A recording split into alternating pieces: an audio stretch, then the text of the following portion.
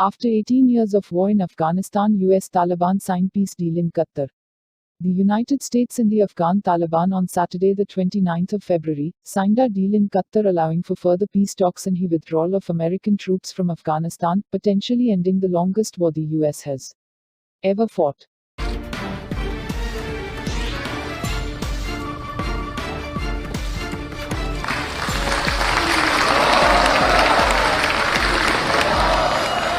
I want to start by thanking His Highness Sheikh Tamim for Qatar's valuable role as host for these historic talks. His unstinting support and yours as Foreign Minister supported both sides in helping to reach this momentous day. The United States and the Taliban have endured decades of hostility and mistrust. Previous talks have faltered. This effort only became real for the United States when the Taliban signaled interest in pursuing peace and ending their relationship with Al-Qaeda and other foreign terrorist groups. They also recognized that military victory was impossible. I then asked Ambassador Khalilzad to serve as our lead negotiator to gauge the Taliban's sincerity. The agreement that we will sign today is the true test of this effort. We will closely watch the Taliban's compliance with their commitments and calibrate the pace of our withdrawal to their actions. This is how we will ensure that Afghanistan never again serves as a base for international terrorists.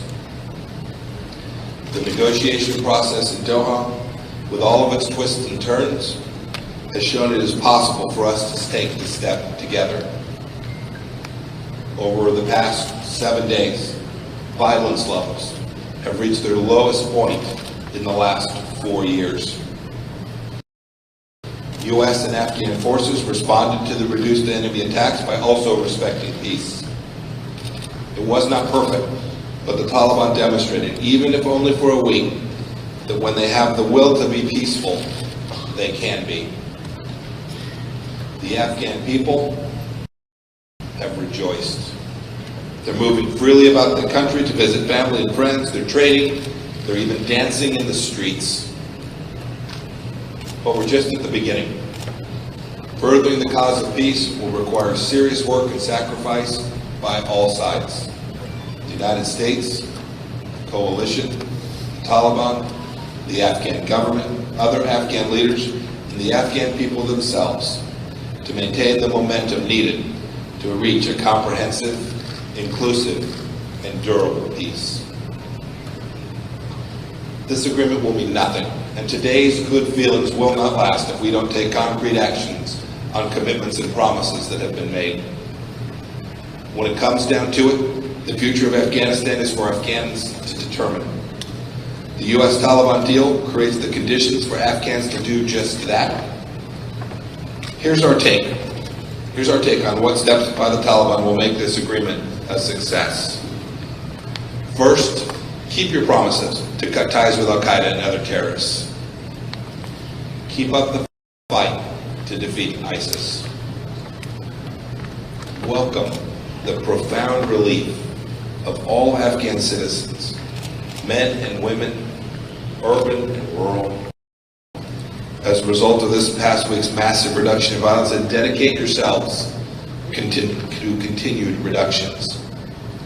It is this significant escalation of violence that will create the conditions for peace, and the absence of it, the conditions and the cause for failure. All Afghans deserve to live and prosper without fear.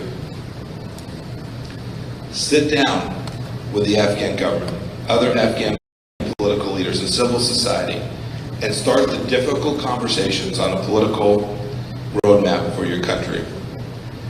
Exercise patience even when there is frustration. Honor the rich diversity of your country and make room for all views.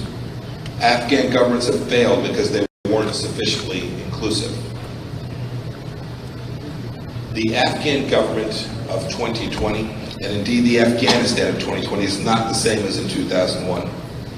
Embrace the historic progress obtained for women and girls, and build on it for the benefit of all Afghans. The future future of Afghanistan ought to draw on the God-given potential of every single person. If you take these steps, if you stay the course and remain committed to negotiations with the Afghan government and other Afghan partners, we and the rest of the international community assembled here today stand ready to reciprocate. I know there will be a temptation to declare victory. But victory for Afghans will only be achieved when they can live in peace and prosper. Victory for the United States will only be achieved when Americans and our allies no longer have to fear a terrorist threat from Afghanistan.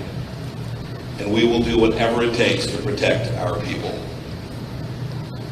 The United States will press all sides to stay focused on the goal of a peaceful, prosperous, and sovereign Afghanistan, and an Afghanistan free of all foreign interference, where all voices and communities are heard and are represented. This is the only way a sustainable peace can be achieved. And for all of us here, and most importantly, for the security of the American Afghan people, this must happen. Thank you.